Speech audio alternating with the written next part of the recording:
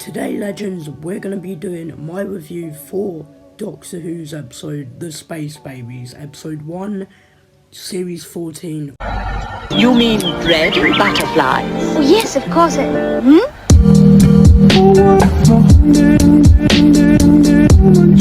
So, last night, midnight, I watched the new episode of Doctor Who series 14, and today, legends, we're going to be doing my review for Doctor Who's episode The Space Babies, episode 1, series 14, or season 1, but I'm not calling it that. And I have not done a Doctor Who review for quite some time, and I'm really excited to get into this review. So, one thing that's really interesting that I picked up on immediately is that Ncuti Gatwa's Doctor, the 15th Doctor, he's I don't know, he's different because he doesn't wipe memories, which I know a lot of doctors don't, but I feel like the Doctor normally does, and it's a bit weird how he just, because I know that most doctors, they wouldn't just go around talking about their self, I feel like the Doctor wouldn't just tell someone about their species and, planet and, the stuff they've got and so on. So it's a bit weird how he did that, but yeah. And then also so I feel like the screwdriver didn't really shine in this episode. To be fair, that's obviously because he didn't use it as much. I'll just not talk about that. And then also we basically got to see the boogeyman. I know a lot of people in the episode was pronouncing it bogeyman. I don't like that pronunciation, and that's not even the way you pronounce it. The correct way is boogeyman. Everyone knows that. Don't know why people were pronouncing it like that.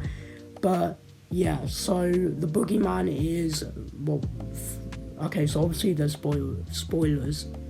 Not even gonna, yeah, it's pretty obvious there's spoilers. Anyway, so the boogeyman was revealed to be made out of snot. Definitely not original idea. That's what I'm saying. And yeah, this guy basically is this weird green looking creature with very long fingernails, which I really love. I love his hands. I feel like they really look good on this creature. I like the green veins and just the detail and the sliminess. That's pretty cool. What I don't like is I don't like how he's got eyes. That is the one thing I don't like about the boogeyman. The boogeyman, when I saw the trailers, I thought he wouldn't have eyes, and then I actually went on Google and I saw he did have eyes. I don't like how he has eyes. I wish it was like a Demogorgon type thing where he doesn't have eyes, but clearly he's got eyes. And then eventually we got basically introduced to the babies. The main one is Eric, which is kind of like the leader, I think.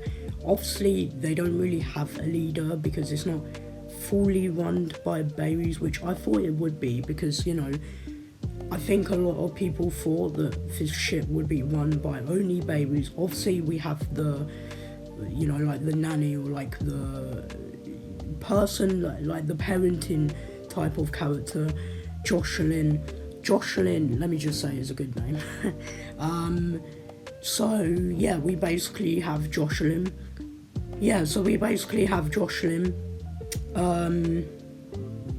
Basically she's like the caretaker, and you know what, I'll talk about her in a minute or something. So yeah, so the babies, we have Eric, we have Captain Poppy, which, to be fair, when I heard the word Captain Poppy, I heard them say Captain Puppy.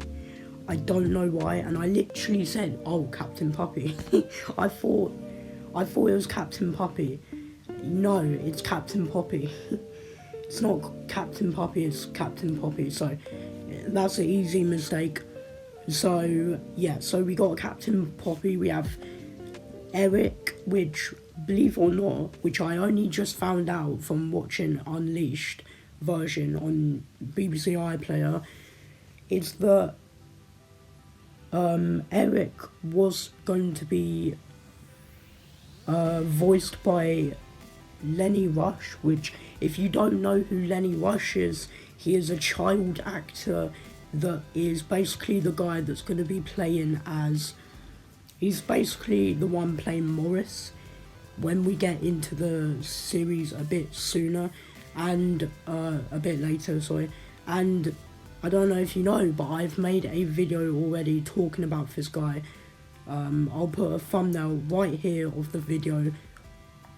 I might link it, I don't know, actually no, I won't link it, but you'll be able to find it, most likely. So yeah, we basically got all the babies, and then there was like this thing where they were blowing their nose, and that's obviously linking with the whole idea that, yeah, Boogeyman, he's actually made of the stuff that you'd think. So yeah, I mean, to be fair, I kind of had a feeling that was the case, but at the same time, I didn't really... I never really said anything about it, so yeah. Anyway, so basically, yeah, so we have the whole... We also have the drawings on the ship, which, if you don't know, would most likely have the drawing that we saw in the actual teaser for the name, if you know what I mean, which is pretty cool, by the way. And then also, yeah, so we have Jocelyn, kind of like a nanny, where she basically feeds, changes, whatever. So, yeah, she's basically this caretaker, sort of, I don't know. And it's really cool how we got, like, this character that just... Because I was going to say, like, how would... Because realistically, if we didn't have Jocelyn, well, if Jocelyn wasn't managing the whole spaceship or whatever, I don't know how the babies would try and fight the boogeyman, feed themselves, change themselves. You got the sleeping or whatever, growing more babies. Yeah, so basically I feel like the story is actually really cool. One thing I've realised, one thing that I was really weirded out by when I literally went to watch it first with another family member, the thing that I really was weirded out about is the fact that when you watch it, it obviously picks up from Church on Ruby Road, but the thing is, it's way different to when she actually aborted the TARDIS in Church of Ruby Road, because versus Church on Ruby Road and this episode, there's literally a different sort of, I don't know, there's like a different scene, which is really interesting. I don't know how that would be canon though, because how is this episode canon, but Church on Ruby Road is also canon, but they have completely different scenes of the same scene? It's a little bit weird. And then we also have the title sequence. Oh my god, because so before I watched the title sequence in this episode, I did know they fixed it, and obviously, well, I mean, the way I knew they fixed it is because Confused Adipose, or Joe, or whatever you want to call him, he basically said that, you know, they fixed it so that it doesn't look like a PowerPoint presentation as such, but I didn't think they would literally change the title sequence. I thought it was only the logo, and then I actually saw the change of the, not just the logo, and I was like, oh my god, yeah, this title sequence improvement, I love it to bits, I love it to death. I kind of wish they changed the music up a bit, because the music is literally just the same.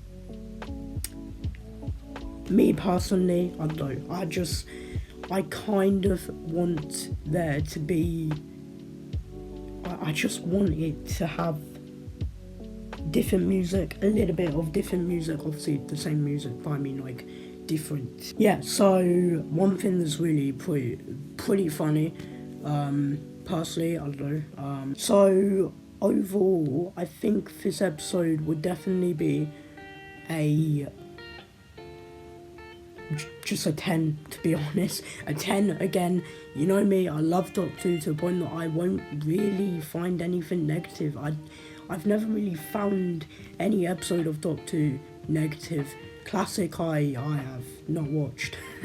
So, yeah, I really loved this episode. I can't wait for the second episode, which I'm watching tonight. Devil's Court. I've seen all the previews, by the way, just so you know. But overall, this is a really nice episode. I like even though I'm a person that's not as used to being near kids, or like used to interacting with kids, or just, I don't know. In general, I really like this episode. It is a 10 for me, and I hope it's a 10 for most people. And yeah, so make sure you subscribe, do the thing. Make sure you go to his channel, subscribe, and do that there.